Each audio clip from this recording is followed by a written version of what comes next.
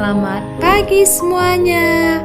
Apa kabar kalian semuanya? Semoga dalam keadaan sehat ya, dan tetap mengikuti prokes dimanapun kalian berada. Dan tetap semangat dan kuat dalam menghadapi situasi COVID-19. Yuk, masih semangat belajar kan?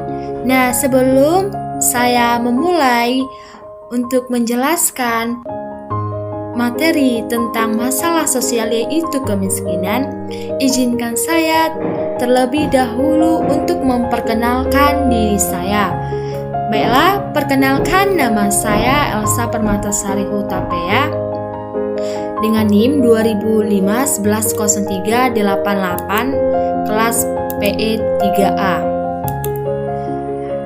dengan prodi Pendidikan Ekonomi jurusan Fakultas Keguruan dan Ilmu Pendidikan Universitas Riau angkatan 2020. Video ini saya buat untuk memenuhi tugas mata kuliah pengantar IPS. Nah, sekian perkenalan diri saya. Next kita ke materi tentang masalah sosial yaitu kemiskinan. Nah, apa sih itu kemiskinan? Nah, kemiskinan itu adalah keadaan saat adanya ketidakmampuan untuk memenuhi kebutuhan dasar seperti makanan, pakaian, tempat berlindung, pendidikan, dan kesehatan. Jadi kemiskinan itu dapat disebabkan oleh adanya kelangkaan alat pemenuh kebutuhan dasar ataupun sulitnya akses terhadap pendidikan dan pekerjaan. Jadi kemiskinan merupakan masalah sosial. Nah, bisa dilihat pada gambar di atas yang mana merupakan contoh masyarakat ini tidak mampu untuk memenuhi kebutuhan tempat tinggalnya. Jadi mereka itu membangun rumah di pinggir kali atau tinggal di pinggiran kali. Yang mana kita lihat lingkungan di situ sangatlah tidak cocok untuk dijadikan tempat tinggal. Namun karena mereka tidak mampu tinggal di tempat yang sangat layak atau tidak mampu membangun rumah yang sangat layak, jadi mereka itu mau tidak mau haruslah tinggal seperti itu. Nextnya ke macam-macam kemiskinan. Nah, apa saja sih macam-macam kemiskinan itu? Yang pertama, ada kemiskinan absolut. Nah, kemiskinan absolut itu yang mana seseorang masuk ke dalam miskin absolut jika penghasilan seharinya di bawah garis kemiskinan dan tidak cukup untuk memenuhi kebutuhan hidup minimumnya seperti pangan, sandang, kesehatan, papan, dan pendidikan. Nah, contoh kemiskinan absolut ini bagi keluarga yang kurang mampu. Yang kedua itu ada kemiskinan relatif. Nah, kemiskinan relatif di mana seseorang dikategorikan miskin relatif bila penghasilan seharinya sudah di atas garis kemiskinan, namun ia masih lebih kurang mampu daripada masyarakat di sekitarnya. Contohnya banyaknya pengangguran karena lapangan pekerjaannya yang sangat sedikit. Nah, selanjutnya itu ada kemiskinan kultural. Nah, apa itu kemiskinan kultural? Nah, kemiskinan ini terjadi akibat adanya kebiasaan atau sikap masyarakat dengan budaya santai dan tidak mau memperbaiki taraf hidupnya seperti masyarakat modern. Nah, bisa dilihat contoh suku Baduy yang teguh mempertahankan adat istiadat dan menolak kemajuan zaman. Nah, selanjutnya itu adanya kemiskinan alamiah. Nah, kemiskinan alamiah itu terjadi karena alam sekitarnya langka akan sumber daya alam. Jadi mereka miskin karena alam sekitarnya langka akan sumber daya alam. Nah, inilah yang menyebabkan masyarakat setempat itu memiliki produktivitas yang rendah. Bisa dilihat contohnya masyarakat di benua Afrika yang tanahnya kering dan tandus. Nah, itu saja macam-macam kemiskinan. Selanjutnya itu apa sih faktor penyebab kemiskinan itu? Nah, faktor penyebab kemiskinan itu disebabkan oleh adanya faktor internal dan faktor eksternal. Nah, faktor internal itu faktor yang datang dari dalam diri seseorang, seperti adanya sikap yang menerima apa adanya, tidak bersungguh-sungguh dalam berusaha. Nah, baru adanya kondisi fisik yang tidak sempurna, ya. Nah, faktor eksternal itu ialah faktor yang datang dari luar diri seseorang, yang mana faktor eksternal ini seperti perubahan iklim, yang adanya kerusakan alam, adanya kehidupan sosial, struktur sosial, kebijakan, dan program pemerintah yang tidak merata. Nah, itu saja faktor penyebab kemiskinan. Selanjutnya itu ialah penyebab terjadinya kemiskinan, ya. Yang mana penyebab terjadi kemiskinan itu yang pertama, tingkat pendidikan yang masih rendah. Kita tahu pendidikan adalah kebutuhan pokok yang harus dipenuhi oleh setiap orang. Nah, bila seseorang itu tidak memenuhi kebutuhan pokoknya tersebut, tidaklah dapat dipenuhi oleh orang tersebut, dapatlah disimpulkan bahwa itulah penyebab kemiskinan. Sedangkan kita tahu di dunia kerja maupun di dunia usaha bahwa pendidikan itu perlu, ya, karena ini akan menjadi modal untuk bersaing dalam mendapatkan kesejahteraan nantinya. Oleh karena itulah terjadi banyak pengangguran, dan penyebab kemiskinan disebabkan oleh adanya tingkat pendidikan yang rendah. Nah, selanjutnya itu karena tingginya angka pengangguran. Seperti yang telah disinggung bahwa pendidikan, pengangguran, dan kemiskinan memiliki hubungan yang sangat erat. Nah, mengapa itu seperti demikian? Karena apabila seseorang tidak memiliki pendidikan yang cukup, tentunya mereka itu sulit, ya, untuk mendapatkan pekerjaan, dan akhirnya mereka itu menjadi menganggur. Inilah yang membuat sulitnya untuk keluar dari jerat kemiskinan. Nah, selanjutnya karena adanya laju pertumbuhan penduduk, ya, yang sangat tinggi. Jadi kita tahu angka kelahiran yang tinggi mengakibatkan laju pertumbuhan suatu negara menjadi besar.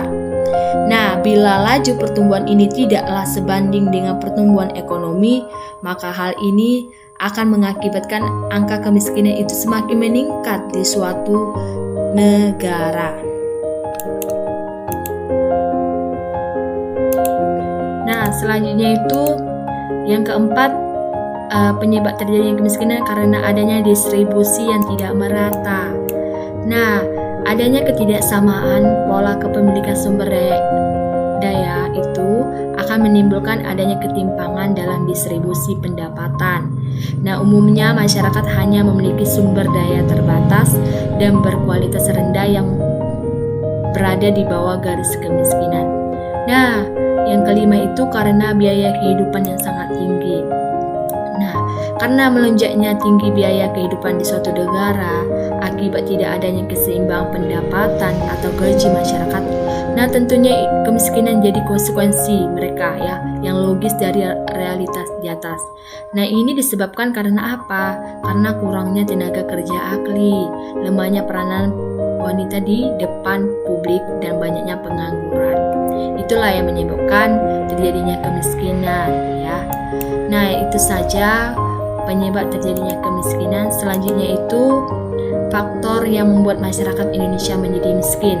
Yang pertama, kurang tersedianya sarana yang dipakai keluarga miskin secara layak, ya.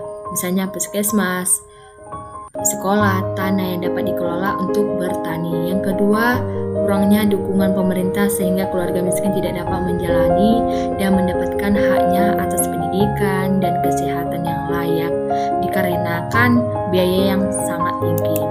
Nah, yang ketiga itu karena rendahnya minat masyarakat miskin untuk berjuang mencapai haknya, karena mereka kurang mendapatkan pengetahuan mengenai pentingnya memiliki pendidikan tinggi dan kesehatan yang baik. Nah, selanjutnya itu karena kurangnya dukungan pemerintah dalam memberikan keahlian agar masyarakat miskin dapat bekerja dan mendapatkan penghasilan yang layak. Nah, yang terakhir itu wilayah Indonesia yang sangat luas sehingga sulit bagi pemerintah untuk menjangkau wilayah dengan perhatian yang sama. Ini menyebabkan terjadinya perbedaan kesehatan, mutu pangan, dan pendidikan antara wilayah perkotaan dengan wilayah yang tertinggal jauh dari perkotaan. Selanjutnya itu ialah dampak kemiskinan. Nah, pada umumnya kemiskinan itu akan memberikan dampak negatif bagi masyarakat. Adapun dampak kemiskinan yang sering terjadi, yang pertama, kriminalitas itu semakin meningkat. Nah, kemiskinan sering dikaitkan dengan kriminalitas. Bukan tanpa sebab, karena masyarakat miskin cenderung melakukan apa saja untuk memenuhi kebutuhan hidup mereka. Jadi mereka melakukan kriminalitas ya, termasuklah ini. Nah, ada pun beberapa bentuk kriminalitas itu seperti pencurian, perampokan, begal, penipuan, bahkan pembunuhan. Dan kedua itu karena angka kematian yang tinggi, di mana masyarakat yang hidup di bawah garis kemiskinan umumnya tidak mendapatkan akses kesehatan yang memadai.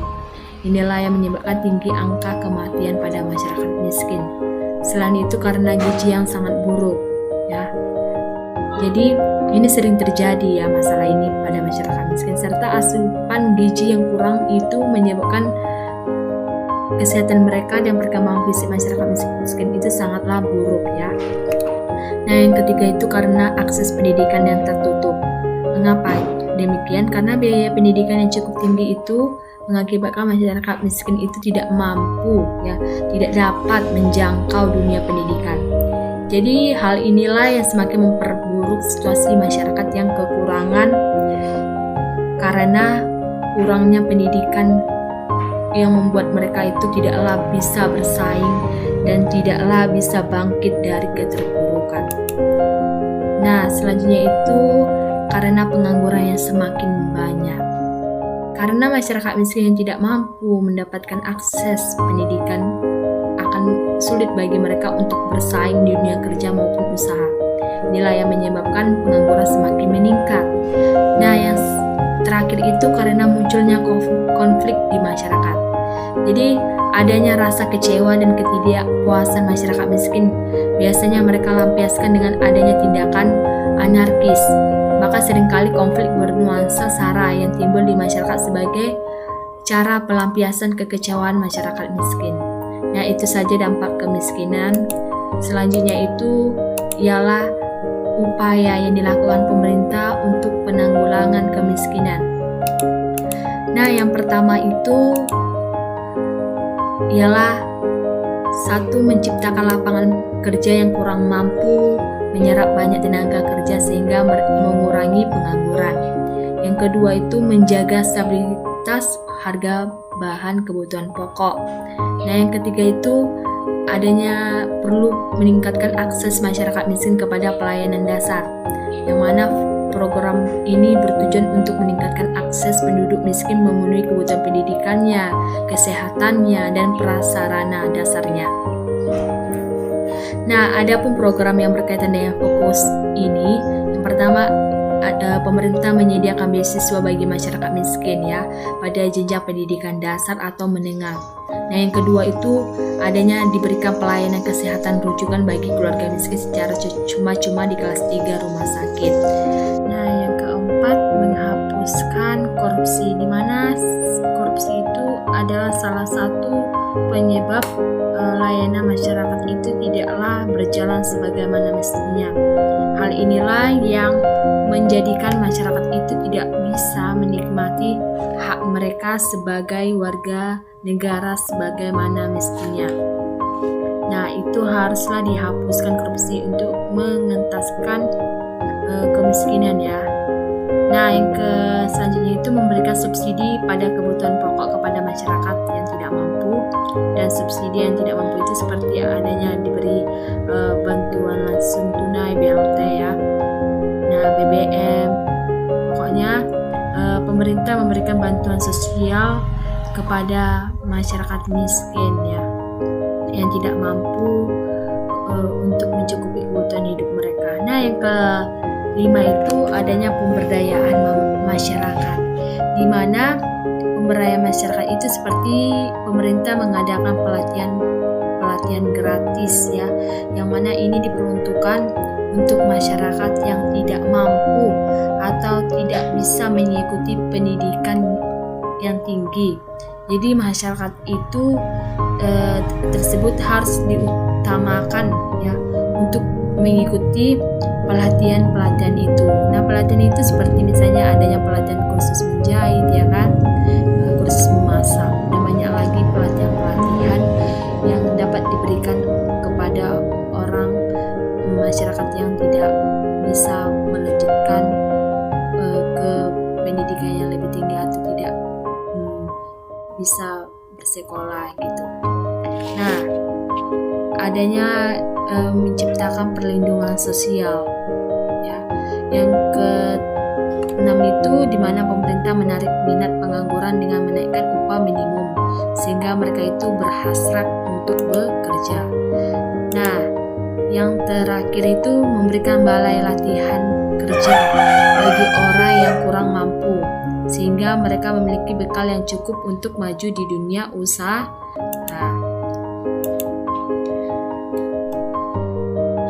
Nah, selanjutnya itu adanya berbagai model penanganan kemiskinan yang telah dijalankan cukup banyak. Yang mana yang pertama itu adanya program kesejahteraan sosial kelompok usaha bersama keluarga. Yang kedua itu adanya tabungan kesejahteraan rakyat. Yang ketiga kredit usaha kesejahteraan rakyat. Yang keempat kredit usaha kecil menengah. Dan yang terakhir adanya jaring pengaman sosial atau social safety net program. Nah, itu saja penjelasan dari saya tentang masalah sosial yaitu kemiskinan. Nah, semoga video ini dapat bermanfaat bagi kita semuanya. Dan mohon maaf apabila ada salah kata yang saya ucapkan. Sekian dan terima